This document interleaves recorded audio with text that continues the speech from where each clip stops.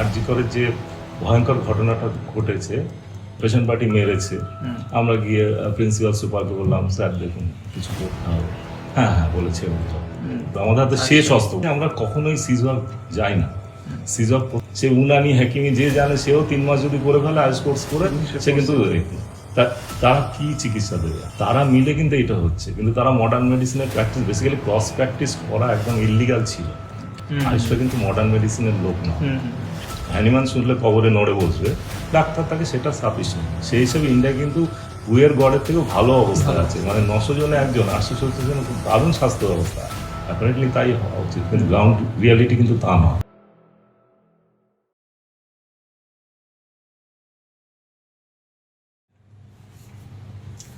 নমস্কার, আমরা মমতাজ। আজ আমাদের আলোচনার বিষয়বস্তু বর্তমান পরিস্থিতিতে ডাক্তারদের অবস্থান এবং তাদের নৈতিকতা, এবং সেই আলোচনা নিয়ে আজ আমাদের সাথে যিনি রয়েছেন বিশিষ্ট অতিথি ডক্টর সুমিত দাস মহাশয়। নমস্কার। এই যে পরিস্থিতির মধ্যে এখন রয়েছি আমরা, যেখানে সমস্ত জুনিয়র ডাক্তার সহ সিনিয়র ডাক্তারও যে সাধারণভাবে পথে নেমেছেন একটা আন্দোলনের জন্য, এবং তাতে যে কর্মবিরতি, এবং তার ফলে কিছু মাত্রায় দেখছি আমাদের রোগীরাও সাধারণ পরিষেবা থেকে বঞ্চিত হয়তো হচ্ছেন। তো সেই নিয়ে আপনি কি বলবেন যে কতটা এটা জাস্টিফাইড তাদের দিক থেকে সকলে একসাথে পথে নামার এই কর্মবিরতি?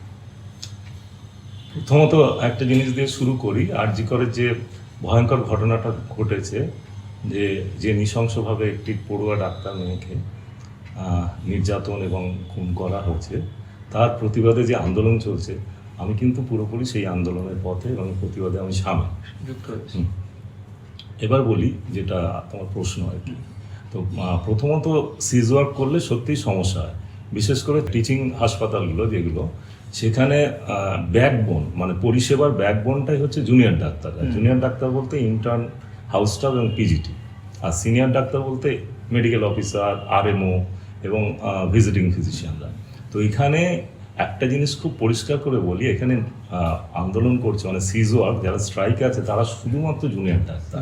হ্যাঁ, এবং তাদের খুব পরিষ্কারভাবে বক্তব্য, আমরা সিনিয়র ডাক্তারদের কোনো মতেই আটকাবো না, এবং সিনিয়র ডাক্তাররা কন্টিনিউয়াসলি কাজ করে যাচ্ছেন। যেটা সমস্যা হয়েছে, সিনিয়র ডাক্তাররা এতটা কাজ করতে অভ্যস্ত নয়, 1 নম্বর। 2 নম্বর হচ্ছে এই যে একটা ঝামেলা হচ্ছে ব্যাপক, এই জন্য রুগীরা আসছে না। তারাও কোথাও একটা ভয় হয়তো তারা ভয় যে আমরা গিয়ে পরিষেবা পাবো না, বা যারা হয়তো অনেক দূর থেকে আসছেন, তো সেই ক্ষেত্রে যে আমরা আদৌ গিয়ে পরিষেবাটা পাবো, তো সেই ভয়ে রুগীরা কিন্তু আসছে না। এই মানে এত রুগী কমে যাওয়ার একটা বড় কারণ এটা। এলে হয়তো এখনো সিনিয়র ডাক্তারদের যেটুকু ক্যাপাসিটি, সেটা কিন্তু ম্যানেজ করা অনেকটাই সম্ভব ছিল। ভয় একটা কারণ, তারা আসছে না। আর অবশ্যই তো ক্ষতিগ্রস্ত হচ্ছে, সেটা নিয়ে কোনো প্রশ্ন উঠছে না। এবার কিন্তু তবু কেন ডাক্তাররা এই ক্ষেত্রে কি আমি এখান থেকে জিজ্ঞাসা করতে চাইবো যে এই যে আমরা দেখেছি যখন এর আগেও ধরুন ডাক্তারদের ওপর বা স্বাস্থ্যকর্মীদের ওপর কোনো সেইভাবে আঘাত এসেছে, বা কোনো একটা রোগীর পরিজনের তরফ থেকেই হোক বা অ্যাডমিনিস্ট্রেটিভ লেভেল থেকেই হোক, তখন তারা একসাথে পথে নেমেছেন বিভিন্ন জায়গায়, কলকাতা শহরে সেটা হয়েছে। তো তখন যারা পথে নামছেন, আপনি এটাকে কিভাবে দেখেন যে একসাথেই যে পথে নেমে কর্মবিরতি, এটা কি সত্যি যুক্তিগত, নাকি না অন্য কোনোভাবে হয়তো সিচুয়েশনটাকে ট্যাকেল করা যায়? না, এটা হচ্ছে যে আমরা আমাদের অভিজ্ঞতা বলে, আমি হচ্ছে 85-এ আমি ঢুকেছি এমবিবিএস, মানে অভিজ্ঞতা অনেক দিনের, অনেক মুভমেন্ট দেখেছি। তো এবং আপনি প্রত্যক্ষভাবে সামিলও ছিলেন। অবশ্যই। তো সেখানে দেখেছি আমরা কখনোই সিজওয়ার্ক যাই না, সিজওয়ার্ক প্রথমে যাই না। সিজওয়ার্ক একটা মানে কি বলবো, ব্রহ্মাস্ত্র, আমাদের হাতে শেষ অস্ত্র। ব্রহ্মাস্ত্র বলবো না, ব্রহ্মাস্ত্র তো সবকিছু পাওয়া যায়, সবকিছু পাওয়া যায় না সিজওয়ার্ক করে, কিন্তু এটা আমাদের শেষ অস্ত্র। তার আগে আমরা কি করতাম, ঠিক আছে পেশেন্ট পার্টি মেরেছে, আমরা গিয়ে প্রিন্সিপাল সুপারকে বললাম, স্যার দেখুন কিছু করতে হবে। হ্যাঁ হ্যাঁ বলে ছেড়ে দিল। তারপরে আমরা মেমোরেন্ডাম দিলাম, তারপর হয়তো একটা ঘেরাও করলাম, কিন্তু রেজাল্ট কিছু হয়নি, কখনো কিছু হয়নি, কখনো হয় না। মানে খুব কম ক্ষেত্রে কখন হয়, যখন একটা বড় মুভমেন্টের ফলশ্রুতিতে প্রশাসন কিছুটা ব্যাকফুটে চলে যায়, তখন একটা ঘটনা ঘটলে তখন কিন্তু প্রশাসনকে গিয়ে বললে তখন আর সিজওয়ার্ক করতে হয় না, তখন তারা কাজ করে। যেমন কালকে একটা মেডিকেল কলেজে ঘটনা ঘটেছে, একটা মেয়েকে বলা হয়েছিল যে তোমাকে শাসক দলের মানে টিএমসিপি ইউনিটে জয়েন করতে হবে, নাহলে তোমার কম্পিটিশন হবে না। সে সঙ্গে সঙ্গে এসে স্টুডেন্টদের বলে, স্টুডেন্টরা গিয়ে প্রশাসন মানে যারা অ্যাডমিনিস্ট্রেশনে ছিল তাদের বলতে সঙ্গে সঙ্গে তারা স্টেপ নিয়েছে। কিন্তু যিনি বলেছিলেন তিনি ছিলেন মেয়েদের হোস্টেলের সুপার, তাকে সঙ্গে সঙ্গে সরিয়ে দেওয়া হয়েছে। একদম এইটা হয় না কখনো, এটা হয়েছে এখন ওই মুভমেন্টটা চলছে বলে। তো এবার নেক্সট যেটা তোমার মূল প্রশ্ন হচ্ছে যে মুভমেন্টের নৈতিকতার জায়গাটা, দেখো নৈতিকতা আর আইনগত ব্যাপারটা কিন্তু বিষয়টা আলাদা। নৈতিকতা, ডাক্তারদের নৈতিকতা মানে সেই হিপোক্রেটিসের নাম তোমরা শুনেছো, হিপোক্রেটিক ওথ আমাদের নিতে হয়। সেখানে পরিষ্কার বলা আছে যে কোনো অবস্থাতেই আমাদের রোগীকে চিকিৎসা করতে হবে। এবং এরকম বলা আছে যে একটা ওয়ার ফিল্ডে কোনো ডাক্তার গেছে, একজন শত্রুপক্ষের সৈনিক আহত হয়েছে, সেখানে তাকে ট্রিটমেন্ট তুমি দিতে পারো, কেউ তোমাকে আটকাতে পারে না। কিন্তু একটা জিনিস মনে রাখতে হবে, এটা 2500 বছর আগেকার সমাজ পরিবেশ পরিস্থিতিতে পার্সপেক্টিভে এই ওথটা শুরু হয়েছিল। তখন কি ছিল, 3টে মাত্র পার্টি ছিল এই একটা চিকিৎসা ক্ষেত্রে, কে ডাক্তার, রোগী এবং রোগ, এই 3জন। এবং ডাক্তার মানে ছেলে ডাক্তার, মেয়ে ডাক্তার কনসেপ্টই ছিল না। মহিলা ডাক্তার যদি না থাকতো এই ঘটনাই হতো না। হিপোক্রেটিসের সময় মহিলা ডাক্তার বলে কিছু ছিল না, তাহলে উনি ওথের সঙ্গে আরো কিছু জুড়তেন, হয়তো ক্লজ একটু জুড়তেন, মহিলা ডাক্তারের ক্ষেত্রে অ্যাট্রোসিটিস হলে কি করবে, বা তখন ডাক্তারকে ভগবান ভাবা হতো। তিনি পারেননি মানে এটা বাঁচার কথা নয়, গিয়ে পেটাবে না, কেউ কলার ধরবে না। কিন্তু এখন তুমি দেখো, আজকে এই 3জনের বাইরে অনেকগুলো পার্টি এর সঙ্গে যুক্ত হয়ে গেছে, যেমন ড্রাগ ফার্মাসিউটিক্যালস কোম্পানিগুলো, ড্রাগ বলতে আমি বোঝাচ্ছি, তাদের ইন্টারেস্ট আছে এর সঙ্গে। তারপরে ইন্স্যুরেন্স কোম্পানি আছে, তার সঙ্গে আছে ল, কনজিউমার প্রোটেকশন অ্যাক্ট। আজকে আমি একটা পেশেন্টকে ট্রিটমেন্ট দিলাম, কোনো কারণে ঠিক হলো না বা মারা গেল, সে আমার এগেনস্টে কেস করতে পারে। তাহলে আমি কি করবো? 100% শিওর না হয় আমি তার ট্রিটমেন্ট করবো না। মানে আমি এই সিজওয়ার্কের কথা বলছি না, সুতরাং ডাক্তাররা দেখে যে নিশ্চয়তা না থাকলে সেই পেশেন্টকে সে রেফার করে দেয়। কারণ হিপোক্রেটিকও তো আমরা আগে থেকেই লঙ্ঘন করেছি, না করে উপায় নেই বর্তমান পরিস্থিতিতে, যেখানে চিকিৎসাটাকে একটা পণ্য করা হয়েছে, তুমি কনজিউমার প্রোটেকশন অ্যাক্টের আওতায় আনা হয়েছে, সেখানে তো বিষয়টা এরকম হবেই। আমি একটা পণ্য নিয়ে কাজ করছি, সে পণ্যের ভালো মন্দ দায় যখন আমার উপরে, আমি আমার সেফটি তো দেখবই না। শুধু হিপোক্রেটিস ওথ নিয়ে চলা সম্ভব না। ওটা প্রথমত একটা নৈতিকতার নির্দেশিকা ছিল, নট কোনো আইনগত নির্দেশিকা। ওটা আগে ভাঙতেই হতো। এবার এই ঠিক আরজিকরের পার্সপেক্টিভে দেখো, এইখানে মানুষের স্বাভাবিক ধর্ম কি, মানে প্রতিক্রিয়া কি হওয়া উচিত। একটা মেয়ে যে আগের দিন নাইট ডিউটি করেছে, পরদিন তাকে এইভাবে দেখা গেল, তার যে কাছের লোক, সবথেকে কাছের লোক আমি নিজের বাবা মা বাদ দিয়ে বলছি, তারা কিন্তু কেউ তার কো-পিজিটি ছিল, কেউ তাকে দিদি বলতো, কেউ বোন বলতো, তাদের কিন্তু স্বাভাবিক রিয়াকশন এটাই হবে যে আমি কিন্তু কাজটা বন্ধ করে দেবো, এটাই আমার প্রতিবাদের উপায়। আগে আমি বলেছিলাম ওই মেমোরেন্ডাম দেওয়া আর একটা মোমবাতি নিয়ে করে কিচ্ছু হয় না। এবং এরকম ঘটনার অভিজ্ঞতা এত বেশি, মানে এটা তো নজিরবিহীন, তুমি খোঁজ নিয়ে পাবে না ইন্ডিয়াতে কোথাও হয়েছে এর আগে এই মুভমেন্ট এত মাস লেভেল না, এই ঘটনাটাও ঘটেনি।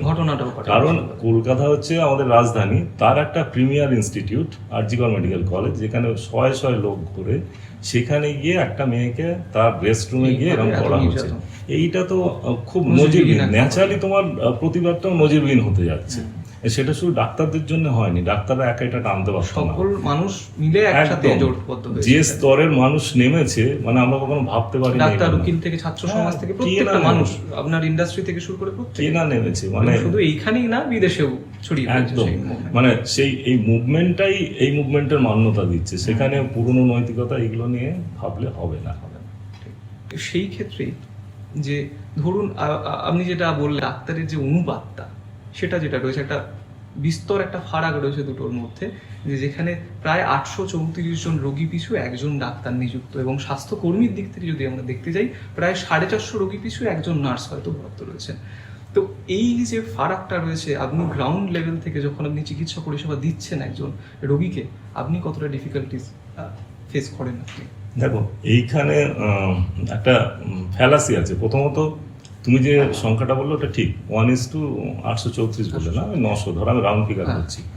এবার বিশ্ব স্বাস্থ্য সংস্থা তো একটা নিয়ামক সংস্থা, সে কিন্তু তার রেশিও হচ্ছে কোনো দেশে যদি ডক্টর এবং পপুলেশন, ওটা পেশেন্ট না, ডক্টর পপুলেশন রেশিওটা 1:1000 হয়, দ্যাট ইজ সাফিসিয়েন্ট, মানে অপটিমাম।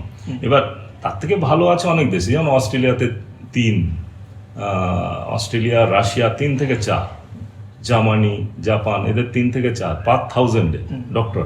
কিন্তু 1:1000, মানে প্রতি 1000 জন লোক পিছু যদি একজন ডাক্তার থাকে, সেটা সাফিসিয়েন্ট। সেই হিসাবে ইন্ডিয়া কিন্তু হুয়ের গড়ের থেকেও ভালো অবস্থায় আছে, মানে 900 জনে একজন, 834 জন, খুব দারুণ স্বাস্থ্য ব্যবস্থা। অ্যাপারেন্টলি তাই হওয়া উচিত, কিন্তু গ্রাউন্ড রিয়ালিটি কিন্তু তা নয়। প্রথমত এই এত ডাক্তার হলো কি করে? ইন্ডিয়া কি সত্যি এতগুলো ডাক্তার প্রডিউস করেছে 1:1000? একদমই না। বড় ফ্যালাসি হচ্ছে ওখানে ইন্ডিয়ান থেকে মন্ত্রক থেকে স্বাস্থ্য মন্ত্রক থেকে যেটা বলা আছে যে 1000-এ একজন এটা হচ্ছে রেজিস্টার্ড ডাক্তার। এই রেজিস্টার্ড কথার ভেতরে কি আছে, আয়ুষরা আছে। আয়ুষরা কিন্তু মডার্ন মেডিসিনের লোক নয়। বইয়ের বলা আছে মডার্ন, একদম আয়ুর্বেদ, যোগা, ন্যাচারোপ্যাথি, হোমিওপ্যাথি, সিদ্ধা, এইগুলো সবই আছে। উনানি তারা সব ইনক্লুডেড এবং তারা কম সংখ্যক না, তারা হচ্ছে 10 লাখ আছে অলমোস্ট, এই 8 লাখ আছে, আর 11 লাখ হচ্ছে এমবিবিএস। তো 8 লাখ মানে একটা বিশাল সংখ্যা। তারা মিলে কিন্তু এটা হচ্ছে, কিন্তু তারা মডার্ন মেডিসিনের প্র্যাকটিস, বেসিক্যালি ক্রস প্র্যাকটিস করা একদম ইলিগাল ছিল কিছুদিন আগেও। কিন্তু এখানেও সরকার একটা কায়দা করেছে, এই সরকার আসার কথা, আমি সেন্ট্রাল গভর্নমেন্টের কথা বলছি। তারা কি করছে, বলছে যে তুমি আয়ুষ নিয়ে পড়েছো, তুমি হোমিওপ্যাথি পড়েছো, হ্যানিম্যান শুনলে কবরে নড়ে বসবে। সে চায়নি কখনো যে এই মডার্ন মেডিসিন প্র্যাকটিস হোক।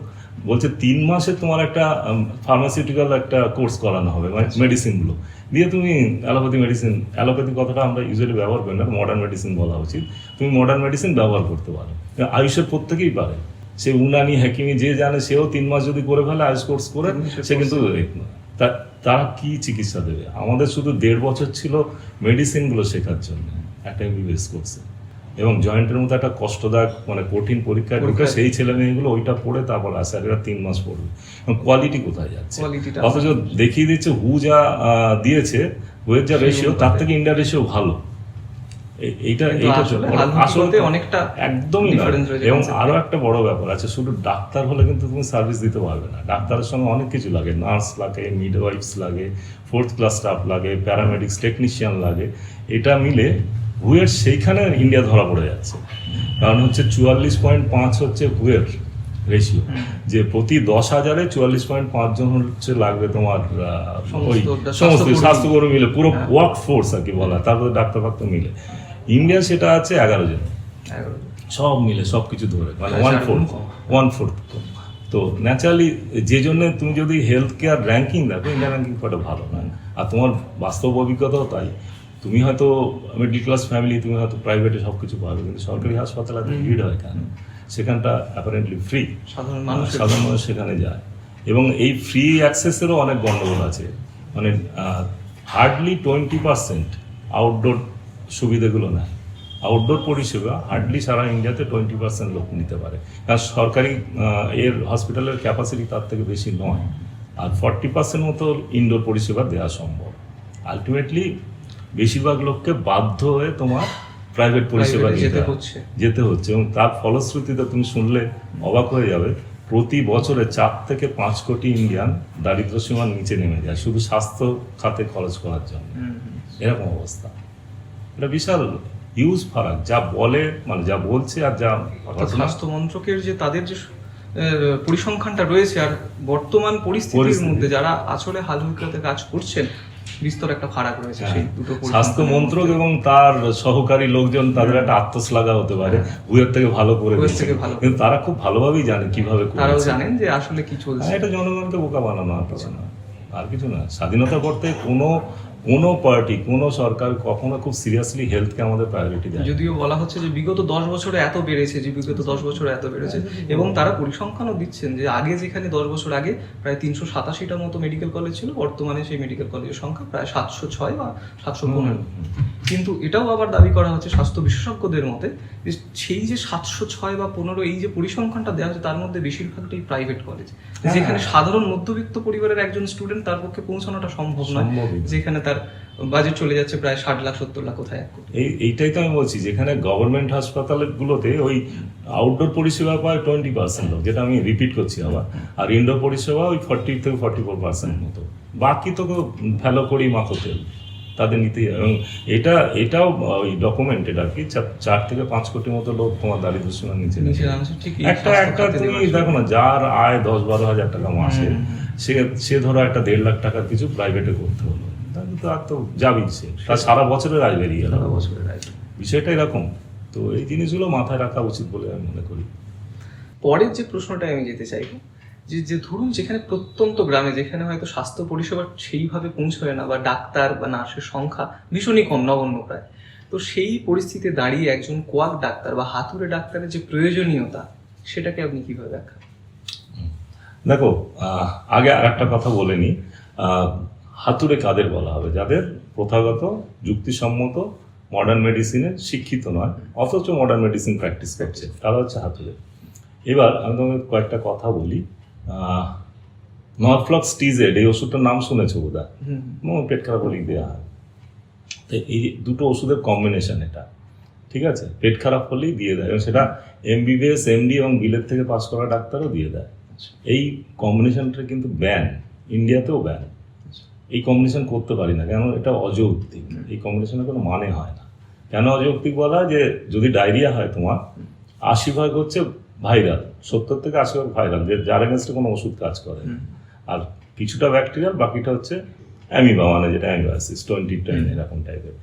তুমি ডায়রিয়া হলো আর এই ওষুধটা দিয়ে দিলে, এটা তুমি পারো না, এটা রেশনাল নয়, অযৌক্তিক এবং যুক্তিসম্মত নয়, ঠিক আছে? তো এটাও কিন্তু কোয়াকারি এক অর্থে। সে দেয় কেন? তার যুক্তি হচ্ছে, আরে যদি ব্যাকটেরিয়া থাকে, ওই 20%-এর একটা ব্যাকটেরিয়া যদি এখানে ঢুকে পড়ে, আমি কেন সামলাবো, মানে আমি রিস্ক নেবো দাদা। কিন্তু এইটা যেখানে হচ্ছে, যে হেলথ সিস্টেমকে আমরা ধরি, সবথেকে আইডল ধরি, সেটা হচ্ছে এনএইচএস, মানে যেটা ইউকের হেলথ সিস্টেম, তারা এটা কখনোই করবে না। এরকম লিখলে সেই ডাক্তারকে ধরে জবাব দিয়ে করবে, তুমি এটা লিখেছো না, সে যুক্তি দেখাতে পারবে না। সেখানে বলা হয় ওআরএস খাওয়া, ওআরএসই ঠিক হয়ে যাবে, না হলে তখন ভাববে, কালচার করবে, করে দেখো ব্যাকটেরিয়া থাকলে অ্যান্টিব্যাকটেরিয়াল দেবে, তবে কম্বিনেশন দিতে পারো না তুমি। তো ওটাও এক অর্থে কোয়াকারি। এখান থেকে এবার আমার কোয়াকের দিকে যাই। যে কোয়াক ছেলেটা, সাধারণত কোয়াক কারা হয় দেখবে, তাদের একটা না, তুমি যদি গ্রামে যাও, ছেলেগুলো খুব বেশি পড়াশোনা জানে এরকম না, কিন্তু তারা কিন্তু ওই কি বলবো, মেডিকেল অ্যাসপিরেন্ট ছিল না, এটা যদি আমি ডাক্তারি করতে পারি এরকম।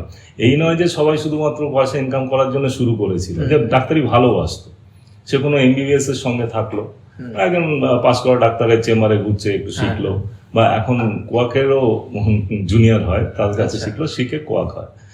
এটা এইভাবেই পরম্পরাটা চলছে। এবার বাস্তবতাটা হচ্ছে, ভারতবর্ষে অন্তত 10 লাখ হচ্ছে কোয়াক আছে, মানে হেলথ সিস্টেমের একটা প্রায় 40-50% ওরা ধরে রেখেছে। কারণ একজন মাত্র, ওই যে রেশিওগুলো বলছিলাম, যদি শুধু এমবিবিএস আর জনগণের রেশিও ধরো, ভারতবর্ষের অ্যাভারেজ হচ্ছে 1:11,000, ওই 1900 সব হাওয়া গ্রামের দিকে, শহর না, কারণ ওখানে মাত্র একজন যায়, 4:1 আরবানে, সেখানে রেশিওটা এরকম। তার মধ্যে কিছু কিছু স্টেটে আরো খারাপ অবস্থা, বিহারে সম্ভবত 1:18,000 এরকম একটা, না ভয়ঙ্কর খারাপ অবস্থা। তা কারা ধরে আছে? লোকগুলো একবারে বিয়ে করে মরে না, বেশিরভাগটা কিন্তু কোয়াকের জন্য। আমি কোয়াকের পরে বলছি না, কিন্তু বাস্তবতা হচ্ছে কোয়াককে এই মুহূর্তে সরানো যাবে না। তাহলে সরকারি হেলথ সিস্টেমকে সেই জায়গায় নিয়ে যেতে হবে, যেখানে প্রত্যেকটা গ্রামে আমি হেলথ সেন্টার করতে, মানে কয়েকটা গ্রাম নিয়ে এমন হেলথ সেন্টার করতে পারি, যেখানে গ্রামে গিয়ে মডার্ন মেডিসিন প্র্যাকটিস করে এরকম রেজিস্টার্ড ডাক্তার দিয়ে আমি তার পরিষেবা দিতে পারবো। যতদিন না সেটা করতে পারছে, কোয়াকের বাস্তবতা থেকে কোয়াককে সরানো যাবে না। তখন কি করা উচিত? আমরা যেটা মনে করি, আমাদের নিজস্ব একটা সংগঠন আছে, আমরা হেলথ ওয়ার্কার ট্রেনিং দিই, আমরা তাদের বলি কতদূর পর্যন্ত তুমি করতে পারো, বা কিছু কোয়াক সংগঠনও আমাদের কাছে আসে, এবং আরও অনেকে এই জিনিসটা করে। আমি তোমাকে আরেকজনের নাম করছি, বিখ্যাত লোক, ডাক্তার অভিজিৎ চৌধুরী, যিনি লিভার ফাউন্ডেশনের ডিরেক্টর ছিলেন। তো উনিও এইগুলো করতেন। মানে এটা আমরা বাস্তবতা তো দূর করতে পারি না, কিন্তু অন্তত তার ভেতরে যতটা সম্ভব রেশনাল প্র্যাকটিসটা শেখানোর চেষ্টা, যাতে খুব ভুলভাল না করে। কোয়াকরা যেমন, আমি ডায়রিয়ার উদাহরণ দিয়েছিলাম, ওরা ডায়রিয়া হলে কি করবে বলো তো? আগে ড্রিপ চালাবে। এই নয় যে সবাই জানে না, কিন্তু ওটা ওদের একটা আয় করার উপায়। ড্রিপ চালালে বেশি পয়সা হয়, কিন্তু ওআরএস দিয়ে ম্যানেজ করা যায় যেটা, সেটা অনেক সঙ্গে না। কিন্তু এইগুলো শেখানো, এই জিনিসগুলো আমরা, আমার মতে কোয়াকদের মিনিমাম যেগুলো যতদূর পর্যন্ত তারা পারে সেটা শেখানো উচিত, এবং বাকিটা সরকারি হাসপাতালে রেফার করে দিল। এটা এই জায়গাটা তৈরি করা উচিত। এই মুহূর্তে যেহেতু তাদের থেকে আমরা দূরে যেতে পারছি না, তাদেরকে মানে একদম সিস্টেম থেকে বাদ দিতে পারছি না। আমি কখনোই চাইবো না ভারতবর্ষের লোক কোয়াকের আন্ডারে থাকুক, মডার্ন মেডিসিনের আন্ডারে আসুক, কিন্তু সেই দায়িত্বটাও সরকারকে নিতে হবে। গুচ্ছ প্রাইভেট কলেজ আর হাসপাতাল করে কিচ্ছু হবে না, আরো কিছু লোক দারিদ্র সীমার নিচে নেমে যাবে, এর বাইরে কিচ্ছু লাভ হবে না। গটিবাটি বেঁচে যাবে, বাস গেল, পভার্টি লাইনের নিচে আরো লোক চলে গেল। পরের যেটাতে আমরা ঢুকবো, সেটা হচ্ছে আমাদের একটা কনসেপ্ট প্রথম থেকেই রয়েছে, একদম ধরুন একদম শুরুর দিক থেকে, যে ডাক্তারকে আমরা ভগবানের চোখে দেখি। প্রায় সকলেই, যেটা রোগীপক্ষ, সাধারণ মানুষ, আমাদের মতে হচ্ছে ডাক্তার ইজ নেক্সট টু ভগবান। এই যে কনসেপ্টটা, এটা একজন ডাক্তারের কাছে কতটা মিনিংফুল, এবং তিনি কি ভাবেন যে ডাক্তার মানেই ভগবান? দেখো, সময়ের সঙ্গে সঙ্গে কনসেপ্টগুলো তো বদলায়। এটা এক সময় ছিল, মানে এখনো হয়তো আমাদের মধ্যে এখনো সেটা হয়তো রয়েছে। কিছুটা আছে, কারণ ডাক্তারই একমাত্র প্রফেশন যেখানে জীবন আর মৃত্যুর মাঝখানে কিন্তু একজন ডাক্তার দাঁড়িয়ে থাকে। এটা আর অনেক ক্ষেত্রে জীবন মরণ নয়, কিন্তু এমন কিছু রোগ থাকে যেটা তার পক্ষে কিছু কষ্টদায়ক। আমি নিজে মনোরোগ বিশেষজ্ঞ বলে বলছি, একজন ডিপ্রেশনের পেশেন্ট, তার কাছে মানে একটা সকাল হওয়া মানে আবার একটা দিন কাটাতে হবে আমার এই যন্ত্রণা নিয়ে, মানে মনের যন্ত্রণা তো বাইরে থেকে দেখা যায় না, এই তার থেকে অনেকে ভাবে যে এই যন্ত্রণা থেকে মুক্তি পাওয়ার একটা উপায় হচ্ছে সুইসাইড করা। তো এইরকম একটা পেশেন্টকে যখন ঠিক করা যায়, হয়তো 1 মাস লাগলো কি 2 মাস লাগলো, সে এসে যখন বলে যে ডাক্তারবাবু সত্যি আপনি ভগবান, সত্যি ভালো লাগে, ভগবানের রোল প্লে করতে হয়, কিন্তু এইটা কিন্তু অ্যাট দ্য ব্যাক অফ মাইন্ডে সবসময় থাকে যে এখন কিন্তু আমরা ভগবান নেই, ভগবান আর শয়তান এপিটোপিট হয়ে গেছে আমরা। তার প্রমাণ হচ্ছে তুমি গত 3 বছর যদি দেখো, ডাক্তার এবং স্বাস্থ্যকর্মী নিগ্রহ অত্যন্ত বেশি পরিমাণ বেড়েছে। এবং এর অভিজ্ঞাতে WBDF বলে একটা সংগঠন তৈরি হয়েছে, ওয়েস্ট ডক্টরস ফোরাম, এরা প্রত্যেকটা জায়গায় চেষ্টা করছে যে যাওয়া, আইনগত সাহায্য দেওয়া, কিন্তু আলটিমেটলি খুব লাভ হয় এরম না। ওই যে বললাম যে প্রত্যেকটা একজন ডাক্তারকে মারলো আর সঙ্গে সঙ্গে সিজওয়ার্কে তো যাওয়া যায় না। এইবারে আরজিকরের ঘটনার অভিজ্ঞতা এত বেশি, সাধারণ মানুষও নেমেছে, সরকার ব্যাক ফুটে যাচ্ছে অনেকটা ক্ষেত্রে, কিন্তু সব ক্ষেত্রে তো এটা হয় না। আলটিমেটলি আমার মনে পড়ে না কেউ শাস্তি পেয়েছে, এত মেরেছে, ছুরি মেরেছে, গায়ে পায়খানা লাগিয়ে দিয়েছে, কিন্তু বিশেষ কিছু কেউ শাস্তি পায়নি। ভগবানরা প্রায় শয়তানে পর্যবসিত হয়েছে। সেই জন্য এখনকার ডাক্তাররা ভীষণ সতর্ক। এই যে ডাক্তারদের এগেনস্টে তুমি দেখবে এই হয়, নানা রকম অভিযোগ আছে। একটা মূল অভিযোগ বিনা কারণে ইনভেস্টিগেশন লেগে, কমিশন খাওয়ার জন্য, টু সাম এক্সটেন্ট ঠিক হয়তো, কিন্তু তার থেকে বড় কাজ করে যে আমি কিন্তু কাভার করেছিলাম। নাহলে যখন তুমি সিপিএতে যাবে, কনজিউমার প্রোটেকশন অ্যাক্টে তোমাকে যখন ফেলবে, পেশেন্ট পার্টি এসে কেস করবে, তখন তুমি প্রুভ করতে পারবে না, বলবে যে আরে ওই রোগটা আপনি তো দেখেনি, অ্যাকচুয়ালি ওই লোকটা তো ওই রোগে মরেছে, আপনি তো ইনভেস্টিগেশন করেনি। এই জন্য এবার যার প্রয়োজন নেই, হয়তো ওই রোগটা হওয়ার চান্স তার লাখে 1%, কিন্তু করতে হবে সেটাকে, মানে সেই ভগবানের রোল প্লে করা যায় না। কারণ এটা হিপোক্রেটিসের সময় ছিল, তখন ও যা বলবে শেষ কথা, মানে একজন ডাক্তার যা বলবে।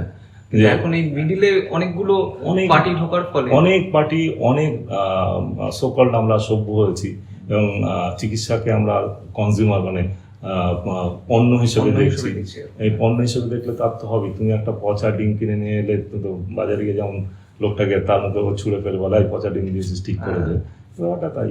মানে সার্ভিসটাকে যদি সেরমভাবে ধরে, সরকার যদি সেরমভাবে দেয়, জনগণ যদি তাতে গা লাগায়, তাহলে তো ডাক্তার আর ভগবানের রোল প্লে করতে চায় না। যদি একদম তুমি আমাকে বা আমার ডাক্তারদের মত বলো, আমরা ভগবান হতে চাই না, একদম মানুষ হতেই চাই, বাবা সুখে শান্তিতে থাকতে চাই, মার যাতে না খেতে হয়। এটা পরের যে প্রশ্নটায় আমরা যাব, মেডিকেল কলেজের র্যাগিং কালচার রয়েছে, এবং আপনি যেহেতু একজন অত্যন্ত অভিজ্ঞ ডাক্তার এবং মনোরোগ বিশেষজ্ঞ, তো সেই র্যাগিং কালচার নিয়ে যে আপনার বক্তব্য, আপনি যেটা দেখে এসেছেন যতটা, এবং তার পেছনে যারা এর সাথে প্রত্যক্ষভাবে যুক্ত রয়েছে, তাদের যে সাইকোলজিটা চলে, একজন জুনিয়র ডাক্তার বলবেন, একজন জুনিয়র ছাত্রের সাথে তার যে ট্রিটমেন্টটা, সেই সাইকোলজি নিয়ে যদি আপনি কিছু বলেন। হ্যাঁ, দেখো, প্রথমত একটা জিনিস বলি, মেডিকেল কলেজে র্যাগিং ছিল ডেফিনেটলি, আর 5টা কলেজের মতো মেডিকেল কলেজে র্যাগিং ছিল, কিন্তু 1977 সাল, তারপর থেকে র্যাগিংটা উঠে যায়। এই 77 সাল একটা বিভাজিকা হিসেবে ধরতে পারে। সেই সময়টা ছিল, জানো তো, মানে সারা পৃথিবীতে 70 দশক, তোমরা একটু পড়াশোনা করলে দেখবে, 70 দশক ছিল ছাত্র আন্দোলনের দশক। মানে অনেক কিছু, মানে ছাত্ররা তো কি বলবো, খুব একটা কেয়ার ফ্রি, উদার একটা মনোভাব, মানে সবকিছু আমার শক্তি, আমার আবেগ দিয়ে উড়িয়ে দেবো, এরকম টাইপের একটা ব্যাপার আছে, তো ছিল আর কি। তো ন্যাচারালি তার প্রভাব আমাদের দেশেও ছিল, মানে, এবং ছাত্র আন্দোলন চিরকালই বামপন্থীরা লিড করেছে। তো 70 দশকে সেটা এখানে হয়েছিল। তো 77 সালের পর থেকে যখন বামপন্থী বিভিন্ন ছাত্র সংগঠন বিভিন্ন কলেজে আসে, সব থেকে প্রভাব পড়ে মেডিকেল কলেজগুলো। সেখানে কিন্তু প্রথম কাজ করেছিল যেগুলো, তার মধ্যে একটা র্যাগিং তুলে দেওয়া। র্যাগিং তোলা খুব কঠিন ব্যাপার না, একটা বছর না করলে র্যাগিং উঠে যায় একদম। পরম্পরাটার একটা চেনটা ব্রেক করে দেয়, কোভিড চেন ব্রেক করা তোমরা তো খুব দেখেছো, তো ওই চেন ব্রেক করতে পারলেই উঠে যায়। সেটা করে না, তার পেছনে অনেক কারণ আছে। তো যেখানে মেডিকেল কলেজে আমরা র্যাগিং ফেস করিনি, মানে আমি করিনি, মানে আমরা যখন গেছি, আমি 85-এ গেছি, তো র্যাগিং উঠেই গেছে। এবার ততদিনে বামপন্থী ছাত্র সংগঠন পাওয়ার থেকে চলে গেছে, তবু ওই যে কালচারটা উঠে গেছে বলে র্যাগিং হয়নি, চেনটা ব্রেক হয়ে গেছে, এখনো নেই। তবে হ্যাঁ, সিনিয়র জুনিয়র দেখো, তুমি একটা জায়গায় অনেক দিন ধরে আছো, 5 বছর, তোমার থেকে সবে একজন ঢুকে তোমার সামনে যদি খুব একটা কিছু করে, তুমি একটা বকে দেওয়ার ব্যাপারটা থাকে, সেটাকে কোনো পর্যায়ে হয়তো বাড়াবাড়ি হয়ে সেটাকে র্যাগিং বলাটা সেটা আইসোলেটেড কেস। কিন্তু এই যে র্যাগিং এর যে প্রাতিষ্ঠানিক ব্যাপারটা, যে রাত্রেবেলা তাকে ডেকে এনে বিনা কারণে তাকে কিছু প্রশ্ন করা, অহেতুক কিছু কাজকর্ম করানো, যার সব থেকে ভয়ঙ্কর ফলশ্রুতি গত বছরে যাদবপুরে যেটা করে, যে ছেলেটা ঝাঁপিয়ে পড়ে আত্মহত্যা করলো। তো এইটা মেডিকেল কলেজে ছিল না, কিন্তু সামহাও বেশ কিছু ইঞ্জিনিয়ারিং কলেজে কিন্তু এটা রয়ে গেছে, এখনো রয়েছে, রয়ে গেছে খবরের পাতায় যেটা। হ্যাঁ হ্যাঁ, এবং যেগুলো খবরের পাতায় আসে না, প্রত্যন্ত কোনো মফস্বল গ্রামের হস্টেলে কোনো একটা, সেটা হয়তো এমনি জেনারেল লাইনের কলেজ, সেখানেও রয়ে গেছে। এইটা যদি তুমি মানসিকতার মানে সাইকোলজি যেটা, সেটা নিয়ে যদি দেখো, সেখানে বোধহয় সম্ভবত এটা একদম সেই এভলিউশনের সময় থেকে এসছে, যে আমি দুর্বল প্রতিপক্ষের ওপরে সবল প্রতিপক্ষ একটা অত্যাচার করবো, তার যে ভয়, লজ্জা, দুঃখ, এটা দেখে আমি এক ধরনের আনন্দ পাবো, একটা ক্ষমতার বহিঃপ্রকাশ, সেটা আমাদের জিনে ঢুকে বসে আছে। র্যাগিং কোনো একটা কারণ দিয়ে ব্যাখ্যা করা যাবে না, এটা একটা রিজন হতে পারে যে তুই আমার জায়গায় ঢুকছিস, সুতরাং এটা আমার এলাকা, আমি তোকে এম্পাওয়ার করবো, এবং আমি যা বলবো সেটা শুনতে হবে। কারণ র্যাগিংটা শুরু হয়েছিল একটা মজার ঘটনা, মজা ঠিক বলবো না, নিশ্চয়ই সেখানে অমজাও ছিল, যে নৌসেনাদের কাছে, তখন তো নৌসেনারা তো মানে সারা ইউরোপে তো ওরা দাপিয়ে বেড়াতো, ওদের কাছে যখন নতুন সৈনিক যেত, ওরা কি করতো, র্যাগ মানে ওই কম্বল দিয়ে ওদের পাকিয়ে দিত, দিয়ে এরকম ছুঁড়ে ফেলে দিত, ডেকের ওপরই ফেলতো, হাতে ইঞ্জুরিও হতো। তো র্যাগ থেকে র্যাগিং কথাটা, এটা ছিল তাদের নতুনকে মানে একটা ওয়েলকাম দেওয়া বলতে পারো, ফ্রেশার্স ওয়েলকাম। ওদের কতটা তাতে নতুনরা খুশি হতো জানি না, আমাকে তো কম্বল ধোলাই দিলে খুশি হবো না।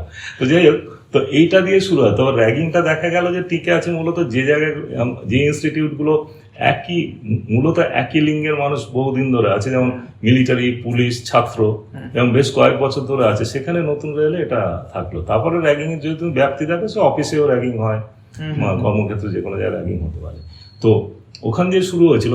কিন্তু এই যে আমি বললাম একটা পাওয়ার প্লে, মানে আমি ক্ষমতাবান, এইটা তুমি মানুষের এভলিউশন দেখলে দেখবে, তুমি এই হোমোসেপিয়েন্স সব থেকে আগে যেটা করেছিল, তার ঠিক আগের যারা নিয়ান্ডারতালদের কিন্তু একদম মেরে দিয়েছিল, জাস্ট, নাহলে এই পৃথিবী দখল করতে পারতো না। নানা ব্যাখ্যা আছে, কিন্তু মূলত তাই, এম্পাওয়ার, নিজেদের পাওয়ার প্লে আর কি, নিজেদের পাওয়ার প্লে আর কি। তো এইখানে একটা পাওয়ার দেখানো।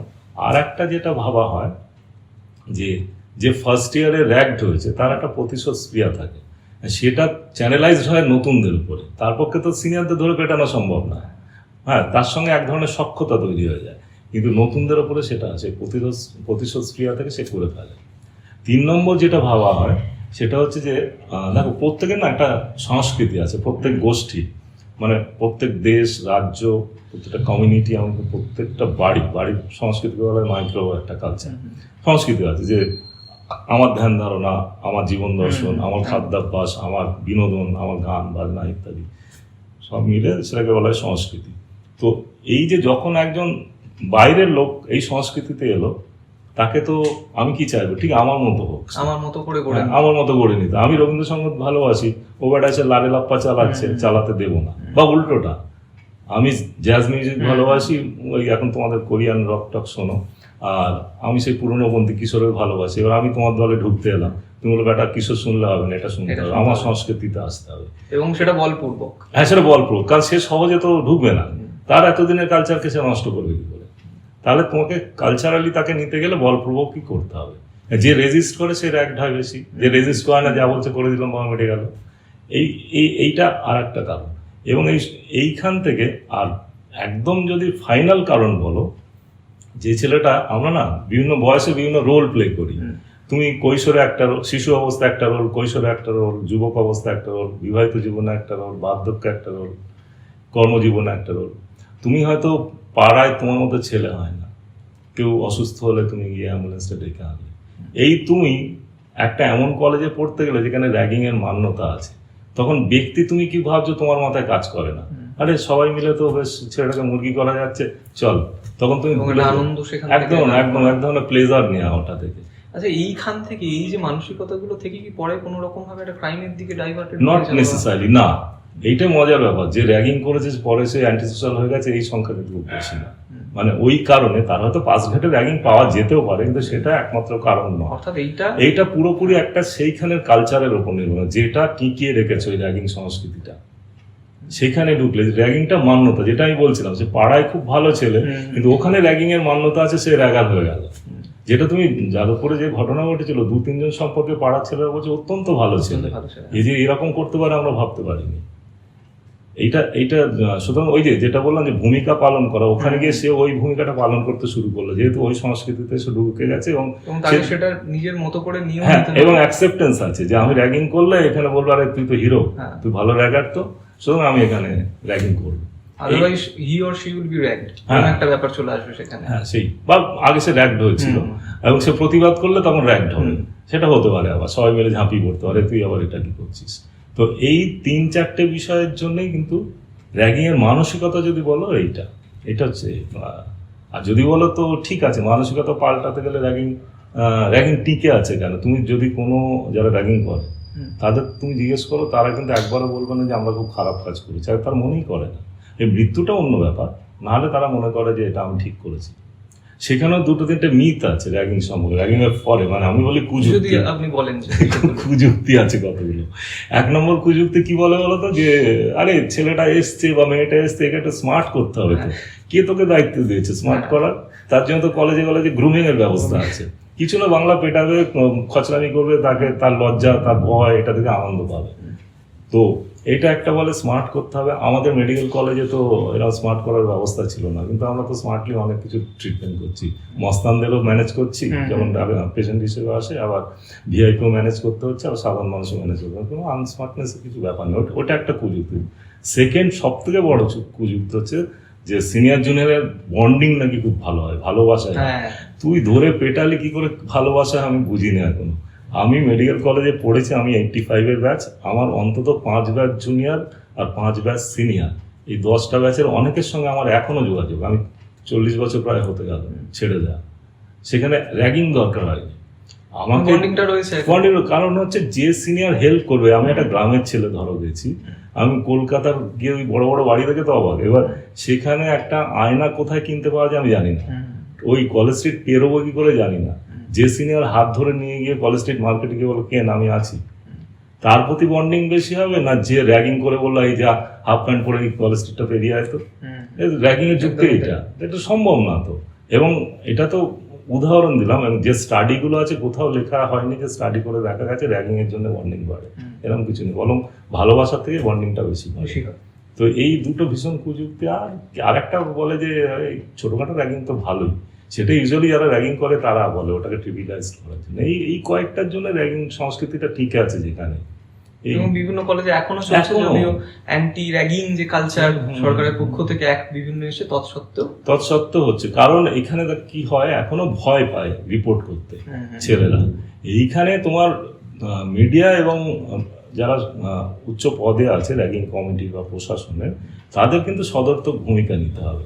এবং ছেলেমেয়েরা এখন মোবাইলের যুগে কন্টিনিউয়াসলি বাবা মার সঙ্গে যোগাযোগ রাখে। সে বাবা মাকে কোনো ইন্ডিকেশন দেয়নি আমার র্যাগিং হচ্ছে, এটা হতে পারে। বাবা মাও বলে চেপে যা, বাবা মার এগিয়ে এসে কর্তৃপক্ষকে বলা উচিত আমার ছেলে ভয় পাচ্ছে, তাকে এগুলো হচ্ছে আপনারা ব্যবস্থা নিন, এবং কর্তৃপক্ষকে প্রোঅ্যাক্টিভভাবে সঙ্গে সঙ্গে যদি যায় একদম অ্যান্টি র্যাগিং কমিটি এবং কর্তৃপক্ষ সবাই মিলে সেই যারা র্যাগিং করছে তাদেরকে ধরে উপযুক্ত শাস্তি দিলে র্যাগিং বন্ধ হয়ে যাবে। কিছু না, 1-2 বছর জাস্ট বন্ধ করলেই চেনটা ব্রেক করা। এটা হচ্ছে র্যাগিং এর বিষয়টা। আচ্ছা, এইখান থেকে যদি আমরা ডিরেক্টলি আরজি করে ঢুকতে চাই, আরজি করে এই যে মর্মান্তিক পরিণতি তরুণী ডাক্তারের, তো সেইখানের এই পরিণতির দিক থেকে যারা ঠিক এর পেছনে রয়েছেন, একজনকে সকলেই দেখেছেন, একজনকে ধরা হয়েছে অলরেডি, কিছু যারা সাসপেক্ট করা হচ্ছে বা অন প্রসেসে রয়েছে, তো তাদের যে মানসিকতা, এত বড় একটা লেভেলের ক্রাইমকে ঘটানো এবং এই যে পৈশাচিক পরিণতির দিকে ঠেলে দেওয়া, একজন মানুষকে মৃত্যুর দিকে ঠেলে দেওয়া, তো তাদের সাইকোলজিটা তখন আপনি কি বলেন, কিভাবে একজন মনোরোগ বিশেষজ্ঞ হিসেবে এইটা তোমার ওখানে দুটো জিনিস এখনো পর্যন্ত আমাদের সামনে যে এসছে, যে জন্য আন্দোলনটা এখনো চলছে, যে একজনকে এখনো ধরা হয়েছে যে অ্যাপারেন্টলি মুখে স্বীকার করেছে আমি রেপ করেছি বা আমি খুন করেছি, কিন্তু এমন ঘটনা পরম্পরা হয়েছে সেগুলো আমি আর রিপিট করছি না। ওই এটা বোঝা গেছে যে যেন ব্যাপারটা ভীষণভাবে ধামা চাপা দেওয়ার চেষ্টা হচ্ছে, সাদা বাংলায় বললে, যে এমনটা ঘটেছে, খুব দুর্ভাগ্যজনক ঘটনা, তার জন্য প্রশাসন এবং কর্তৃপক্ষের যে সংবেদনশীলতা দরকার ছিল সেটা কিন্তু হয়নি, বা ট্রান্সপারেন্সি যেটা আর স্বচ্ছতা সেটা কিন্তু হয়নি। পরস্পর ঘটনা পরম্পরাও কিন্তু দেখিয়েছে যেন কিছু চাপা দেওয়ার চেষ্টা হচ্ছে। তার সবথেকে বড় একটা চোখে আঙুল দিয়ে দেখানোর মতো জায়গা হচ্ছে যে যেখানে সরকারি কাজ একটা ডাস্টবিন আসতে 1 বছর লাগে, সেখানে 2 দিনের মধ্যে দেয়াল ভাঙা হয়ে গেল। এখানে লোকের সন্দেহ হবে, এভিডেন্স লোকের একটা ব্যাপার আছে। কোন একটা দুষ্ট চক্র ওখানে আছে, লোকে এটা ধরছে। তারা হয়তো এই ছেলেটা যে রেপ করেছে সে হচ্ছে হয়তো কি বলবো সামনে এসছে, মানে সুপারি পেয়েছে, সে পেছনে হয়তো কিছু আছে। তো মানসিকতা সেখানে তুমি র্যাগিং থেকে টেনেছো, একদিক দিয়ে ভালো করেছো। হতে পারে সেখানে ওই সিনিয়রদের কিছু এমন কিছু চক্র জেনে গেছিল যেটা ওর পক্ষে ক্ষতিকারক হয়েছিল। সেখানে র্যাগিংয়ের আরও ওপর লেভেলের মানসিকতা, যে তোকে দুনিয়া থেকে সরিয়ে দেবো, এটা হচ্ছে অ্যান্টি সোশ্যাল মানসিকতা বলা হয়, সেটা হতে পারে। আর রেপিস্ট কী করে তৈরি হয় বা অ্যান্টি সোশ্যাল কী করে তৈরি হয়, এইখানে জানতে গেলে আগে আমাদের বুঝতে হবে যে আমাদের ব্যক্তিত্ব কী করে তৈরি হয়। আমরা যখন একটা মানুষ জন্ম থেকে রেপিস্ট হয় না, অ্যান্টি সোশ্যাল হয় না। তো এটা একটা অন্য উদাহরণ দিই, মানে আমার একটা প্রিয় লেখক আছে, হুমায়ুন আহমেদ, বাংলাদেশের লেখক। তো তার একটা হিমু বলে একটা ক্যারেক্টার, হ্যাঁ হিমু তুমি পড়েছো হয়তো। হিমু খুব মজার ক্যারেক্টার। তো হিমুর একটা মজার খেলা ছিল পুলিশ, মিলিটারি এদের নিয়ে রসিকতা করা। তো হঠাৎ ও এক জায়গায় ধরা পড়েছিল, তারপর ও বেরিয়েছে, অ্যাপারেন্টলি ওর কিছু অলৌকিক শক্তি দেওয়া আছে, সেটা কায়দা বেরিয়েছে। তারপর ও একটা কার্ড ছাপিয়েছে যে আমি বিয়ে করছি বলে, সেই র্যাব, ওদের র্যাপিড অ্যাকশন ব্রিগেড আর কি, যেটা আমাদের র্যাফের মতো ভীষণ উঁচু লেভেলে সব হাতে স্টেন গান নেয়, তাদের গিয়ে নিমন্ত্রণ করেছে একটা কার্ড দিয়ে। ওর বিয়ে হবে না, ইয়ার্কি মারছে, তারাও বলছে। তখন সে ওই লোকগুলো বলছে যে আচ্ছা আপনি তো, আমরা জানি যে ইয়ে করবেন না, তাই এরকম হাস্যকর জিনিসটা আমাদের দিতে এসছেন, মানে আমাদের এরকম রিডিকিউল করছেন। তাতে হিমু জবাব দিয়েছিল, কারণ আপনারা লোকের জীবন নিয়ে রিডিকিউল করেন, কারণ হচ্ছে এনকাউন্টার করেন ওরা। তখন ওরা বলল, আরে যে লোকটা পিশাচ, যে তার বাঁচার কোনো অধিকার নেই, সে বাঁচলে অনেক লোক মরবে, ওই জন্য আমরা তাদের গুলি করে মেরে দিই। তখন হিমু একটা দারুণ জবাব দিয়েছিল, বলেছিল যে না, পিশাচ কেন পিশাচ হলো সেটাও শোনা উচিত, তার আগে তাকে এনকাউন্টার করা উচিত। সে জন্ম থেকে পিশাচ হয়, ব্যাপারটা এরকমই। সঞ্জয় রায় জন্ম থেকে রেপিস্ট হয়ে জন্মায়নি। আমরা যখন, যদিও একমাত্র খুনি হয়ে থাকে, তো আমরা যখন বড় হই, আমাদের মধ্যে আমাদের ব্যক্তিত্ব তৈরি করতে গেলে দুটো জিনিস মূলত কাজ করে। একটা হচ্ছে হেরিডিটি, যেটা আমাদের জিন মাধ্যমে তৈরি হয়। আমার ভেতরে কিছু কিছু জিনিস আমার বাবা, তার বাবা, মা, এসব পূর্বপুরুষ, পূর্ব নারীদের থেকে পায়। আর একটা জিনিস কি, পরিবেশ, এনভায়রনমেন্ট, তার এফেক্ট, তার ঘটনাক্রম, বাড়ি এবং পারিপার্শ্বিক। হ্যাঁ, বাড়ি এবং পারিপার্শ্বিক, কোথায় তুমি পড়ছো, কোথায় যাচ্ছ, কাদের সঙ্গে মিশছো ইত্যাদি, কি ঘটনা তোমার জীবনে ঘটছে, ঠিক আছে। এই দুটোর ইন্টারাকশন হয় কন্টিনিউয়াসলি করে আমি তৈরি হয়। আমি মানে কি, যেটা ইগো মানে হচ্ছে সাইকোলজিতে ইগো মানে সেলফ, মানে আমি কে, আমার চরিত্র কি হবে, সেটা তৈরি হয়। এই কন্টিনিউয়াসলি ইন্টারাকশন হতে হতে হতে হতে এবার যে জীবনে শুধু ভালো জিনিসগুলো দেখে গেছে, হ্যাঁ, তার জিনে যদি ওটুকু থাকেও, সেই জিন কিন্তু প্রকাশিত হবে না। তার জিনে হয়তো একটা খুব বদমেজাজ আছে, কিন্তু বদমেজাজকে এক্সপ্রেস করতে গেলে তোমার সামনে তো একটা খারাপ কিছু করতে হবে। যেখানে তোমার জিন হয়তো বলবে যে না তুই অত রাগিস না, কিন্তু তার জিনে ভীষণ রাগের ব্যাপার আছে, যেটা একটা আপার কাট মারতে পারে। তো সামনে যদি এরকম ঘটনাটা না ঘটে, তার জীবন যদি খুব স্মুথ হয়, সুন্দর পরিবেশে সে যদি বড় হয়, তাহলে তো সেটা প্রকাশ পাবে না।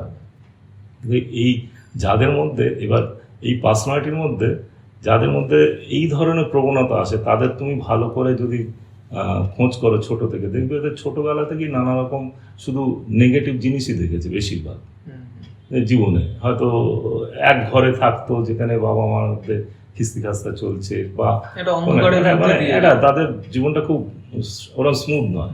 সেখানে থাকলে সবাই এরকম হবে তাও না, কিন্তু তার কারণ আছে, সেখানে জিন কাজ করে। হ্যাঁ, যে জেনেটিক, তার মানে সে কিভাবে রেসপন্স করবে। একই ঘটনা, তুমি আরজিকরের ঘটনার ফার্স্ট যখন হলো 9 তারিখ, আমি নিজে খুব, ইনফ্যাক্ট এখন আমি শকড, মানে হয়তো কাটিয়ে উঠেছে। একটা নিজের ফ্রেটার্নিটিরে তো একটা এই বয়সের একটা মেয়ে চলে গেল। তো আমাকে প্রথম একটা ফোন টেস্ট, একটা বম্বে পেশেন্ট আছে, একটা মেয়ে, ফোন করে খালি কাঁদছে, কি হলো বলো, বললো আপনাদের মানে আমি সে কলকাতা নয়, বলছে যা ঘটলো আমি নিতে পারছি না, পেশেন্ট আমার স্টেবল ছিল, বলে আমি নিতে পারছি না, কিছু ব্যবস্থা করুন, ওষুধ পাল্টান, যাই হোক সে করে করে এখনো পুরোটা ম্যানেজ হয়নি। তো এই যে ইম্প্যাক্টটা হয়েছে, তো তার কারণ কি তার মধ্যে প্রবণতা ছিল সেই ঘটনা সহ্য করতে পারে না। আবার অনেক লোকে আছে কি ঠিক আছে তো এরকম তো হয়েই থাকে, তাদের খুব দোষ নয়, কিন্তু তারা সেটা ম্যানেজ করতে পারে, তাদের পার্সোনালিটি এরকম আর কারো পার্সোনালিটি এরকম। তো এই ঘাত প্রতিঘাত মিলে মিলে একটা রেপিস্টের পার্সোনালিটি তৈরি হয়। রেপিস্টের মধ্যে মূলত যে জিনিসটা কাজ করে আমাদের না ভেতরে, এটা হচ্ছে পার্সোনালিটি তৈরি হলো, আমাদের ভেতরে ঈদ বলে একটা বিষয় আছে, সেটা সাইকোলজির টার্ম।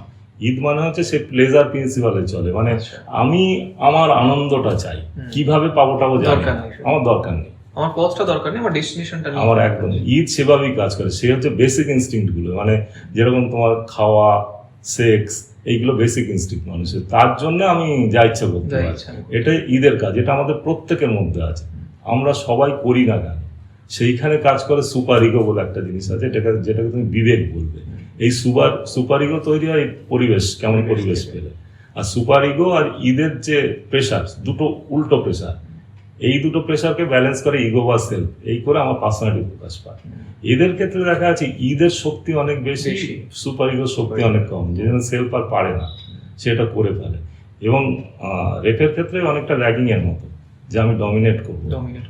সে হয়তো সহজে কারোর সঙ্গে, এখন অনেকটা আমাদের সোসাইটিও ফ্রি সেক্স হয়ে গেছে অনেকটা, হয়তো নিজের স্ত্রী ছাড়া অন্য কারোর সঙ্গে সে সেক্স করতেই পারতো, কিন্তু এই যে রেপ করার যে ডমিনেট করবো মেয়েটা, এই ব্যাপারটা কাজ করে, যেটা র্যাগিং এর ক্ষেত্রেও হয়। যে একে তার ঈদ ইম্পালসকে কন্ট্রোল করার মতো সুপার ইগো তার ছিল না, বিশেষ করে শুনেছি মদ খেয়েছিল, যদিও একা হয়, আরো লোক থাকে সবসময়, এটা কিন্তু সাসপেক্ট তো করা হচ্ছেই হয়তো অনেকে। যে ধরনের ওর ইনজুরি হয়েছে এবং যেভাবে ও একটা সেমিনার রুমে, এই লোকটা যাওয়ার কথাই নয়, একটা মেয়ে একা শুয়ে আছে, এই খবরটা ভাবে করতে গেলে এগুলো প্রত্যেকটা জায়গায় মানে আছে, অনেক লুপহোলস আছে আর কি, যেগুলো নিয়ে সকলের সন্দেহ।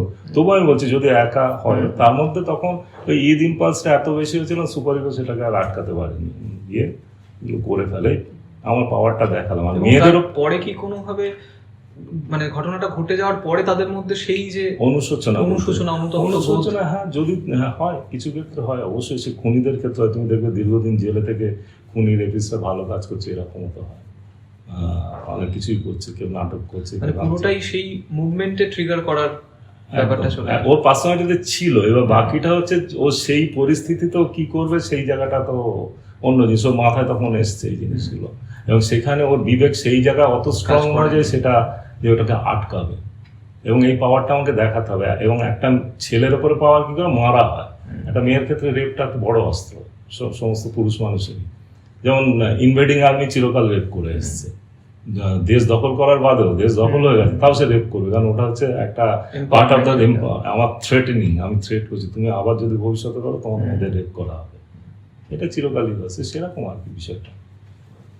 আমি পরে যে বিষয়টা আসতে চাইবো, এই যে আরজি করের ঘটনাটা স্পেশালি, এইটাকে কেন্দ্র করে এই যে যারা ধরুন নতুন প্রজন্ম, যারা ডাক্তারি নিয়ে পড়ার কথা ভাবছেন, যে সকল ছাত্রছাত্রী এবং তাদের অভিভাবক আসবেন, তারা কতটা এইটাতে নড়ে বসবেন, বা তাদের মানসিকতা কেমন হবে যে আমি আমার ছেলেটা বা মেয়েটাকে কি পাঠাতে পারবো কোনো একটা সরকারি কলেজে পড়ার জন্য। হ্যাঁ, তাদের ক্ষেত্রে এই পুরো সিনারিওটা তারা কেমন ভাবে হ্যান্ডেল করবে। বুঝতে পেরেছি। এটা তোমার যেটা আমি ওই আমার যে মেয়েটার উদাহরণ দিলাম, এটাতে একটা উদাহরণ দিলাম। গত 2 সপ্তাহ আমি অনেককে পেয়েছি, কয়েকজন পুরনো পেশেন্ট স্টেবল ছিল, মেয়েটাই আছে, আর 2-1 নতুন এসছে এই ঘটনার জন্য। এবং এক্ষুনি এই ঘটনার অভিজ্ঞতা এত বেশি, এই ঘটনা মানে আরজি করের মতো একটা জায়গা, যে জায়গাটা এই মেয়েটার করতে সেফেস্ট জায়গা, আমি ইভেন বাড়ির থেকে সেফেস্ট, আমরা সেভাবেই দেখতাম। মেডিকেল কলেজে মানে ও মানে বাইরে কোনো ঝামেলা হলো কলেজে ঢুকে পড়েছে না, আর কিছু করতে হবে নাকি, এই হচ্ছে অ্যাপারেন্টলি আমার হোস্টেলে চলে এসেছে। ভগবানের গায়ে কেউ হাত দেবে, হ্যাঁ, এটা ভগবান না ভাবলে এটা আমার জায়গা কি, সবার হয় না তোমার এই বাড়িটা সেফ জায়গা। আর যারা হোস্টেলে বাড়িতে কাটায় বা হসপিটালে কাটায়, হসপিটালে আমার তো প্রত্যেকটা কোন চেনা, প্রত্যেকটা লোক চেনা, আমার সেই জায়গাটা আমার সেফ লাগবে না। সিস্টার, 4th ক্লাস স্টাফ, আর রুগীরা এসে আর যে ওইখানে ভর্তি রুগী কখনো ডাক্তারকে ভগবানই ভাবে, তারা ভয়ে বা ভক্তিতে যাই হোক। তো সেরকম একটা জায়গায় এরকম একটা ঘটনা ঘটলো, এটা নেওয়া কঠিন খুব। এখন একটা ঘটনার তো ইমিডিয়েট এফেক্ট আর রিমোট এফেক্ট থাকে। তো ইমিডিয়েট এফেক্টে অবশ্যই বলা যায় লোকে ভয় পেয়েছে, হ্যাঁ, হয়তো এখন জয়েন্ট দিয়ে আজকে করে ঢোকার ক্ষেত্রে অনেকে ভয় পাবে, যে মা বাবা হয়তো ভাববে যে যাস না বরং অন্য কলেজে, এরকম হতেও পারে, কিন্তু সেটা খুব কম ক্ষেত্রেই হবে বলে আমার বিশ্বাস। কিন্তু এটা সুদূর প্রসারী এফেক্ট ওইভাবে হয় না। তো সুদূর প্রসারী এফেক্ট বলতে কি হবে, আজকে দেখো এই যে সত্যি আমি ডাক্তারদের আগে ডাক্তার কথাটা ব্যবহার করেই বলি, কিন্তু সন্দীপ ঘোষের আগে ডাক্তার বসাতে ইচ্ছা হয় না। এই লোকটার এগেনস্টে গত 3 বছর ধরে ভুরি ভুরি অভিযোগ আছে। এবং ওই দেখবে একজন ডেপুটি সুপার তো সরাসরি বলছে, এটা ডেপুটি সুপার না বললে আমরা জানতাম অন্যভাবে। আমার সঙ্গে এখনো মেডিকেল কলেজের জুনিয়রদের যোগাযোগ আছে, সেই সূত্রে আমি জানতাম আজিকরের প্রিন্সিপাল একদম সুবিধের না, ছেলেদের মানে ওর পেটোয়া ছেলে না হলে তাকে পাস করায় না, ইন্টার্নশিপ কম্পিটিশন দেয় না, এইসব ঘটনা। কোর্টে গিয়ে ইন্টার্নশিপ কম্পিটিশন নিতে হচ্ছে, কারণ নাহলে ডাক্তার হয় না। একজন ইন্টার্নশিপ কম্পিটিশন না হলে তুমি ডাক্তার হতে পারবে না। সেটা সন্দীপ ঘোষ এত ভিন্ডিকটিভ, ওর এগেনস্টে এইগুলো বলেছিল বলে দুটো ছেলের কম্পিটিশন আটকে দিয়েছিল। তো এইরকম একটা পাওয়ার এতটাই ছিল, এই পাওয়ার একা একা হয় না, ডেফিনেটলি ওপরের কারোর মাথায় ওর আছে, নাহলে হবে কি করে, এবং সরকারের ওপর পর্যন্ত একদম। নাহলে যে লোকটা সকালে রিজাইন করে 4 ঘন্টার মধ্যে সে কি করে আবার অন্য একটা কলকাতার আর একটা প্রিমিয়ার ইনস্টিটিউটে কি করে প্রিন্সিপাল হয়। তো যাই হোক, এই চক্রটা কিন্তু এক্সপোজড হয়েছে। আমি বলতে চাইছি আমি আশাবাদী খুব, আজিকরের এই চক্রটা এক্সপোজড হয়েছে, ধরে নেওয়া যায় অন্তত ফর দ্য টাইমিং এই চক্রটা কাজ করবে না, মানে পরিবেশটা অনেক সুন্দর হবে, এবং সেটা পুরোটাই কিন্তু এই আন্দোলনের উপর বেস করে, আন্দোলনের একদম অবশ্যই, নাহলে এটা হতো না।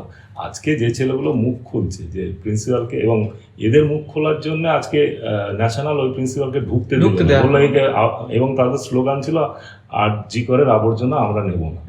তো এইটা বলার সাহস সন্দীপ ঘোষের মুখের উপর বলার ছিল না, আগে হলে কিছুতেই হতো না। যে মুর্শিদাবাদে একদিন আগে ট্রান্সফার করলো, পরের দিন চলে এই পাওয়ার ছিল। তো এই যে আজিকরের পরিবেশ যে কলুষিত ছিল, বরং সেটা ভালো হচ্ছে, সেটাই আন্দোলনের ফল। হয়তো এটা অত্যন্ত দুঃখজনক এবং বেদনাদায়ক একটা মেয়ের জীবনের বিনিময়ে, তো সেটা আলটিমেটলি হয়তো আজিকর তার আগের গরিমা ফিরে পাবে, এটা একটা দিক যে এই জন্যে। আর একটা কি বলতো, যেটা আমি একটু আগে বলছিলাম, ওই পার্সোনালিটি ডেভেলপমেন্ট, তোমার পার্সোনালিটি কিভাবে প্রকাশ পায়। আচ্ছা, বোর হচ্ছে না তো তোমরা?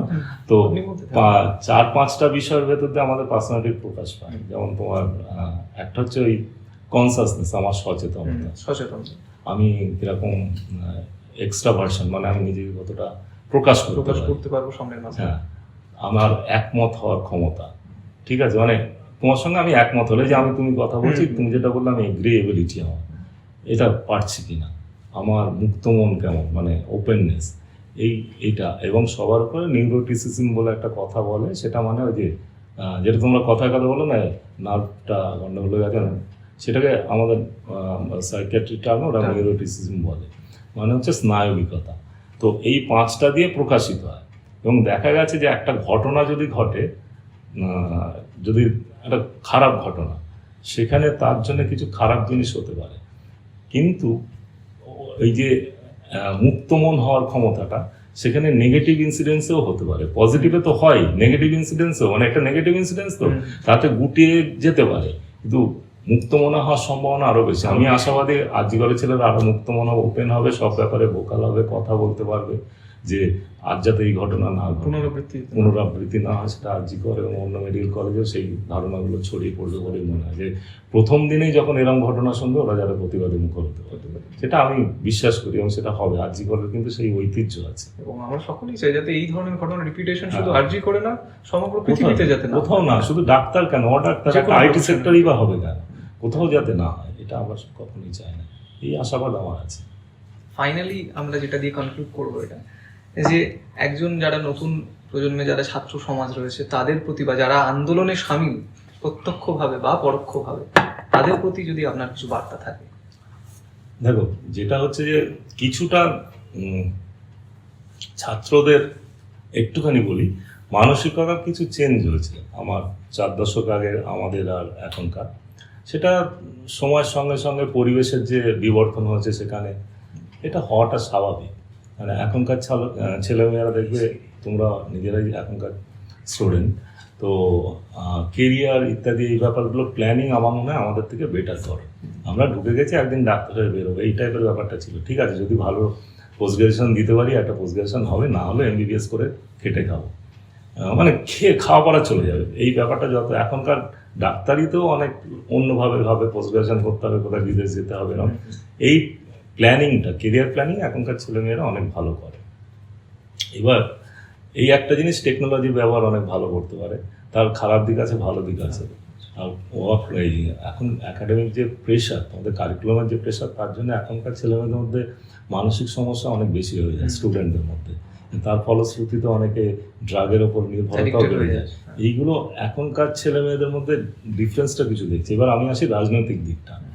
এইখানে এখনকার ছেলেমেয়েরা অনেক বেশি সোশ্যাল ইস্যুগুলো নিয়ে সোচ্চার, যেমন লিঙ্গ বৈষম্য নিয়ে, পরিবেশ নিয়ে, পশুপ্রেম নিয়ে, যেটা আমাদের সময় ছিল না এতটা। সত্যি কথা বলতে আমরা এত ভাবতাম না।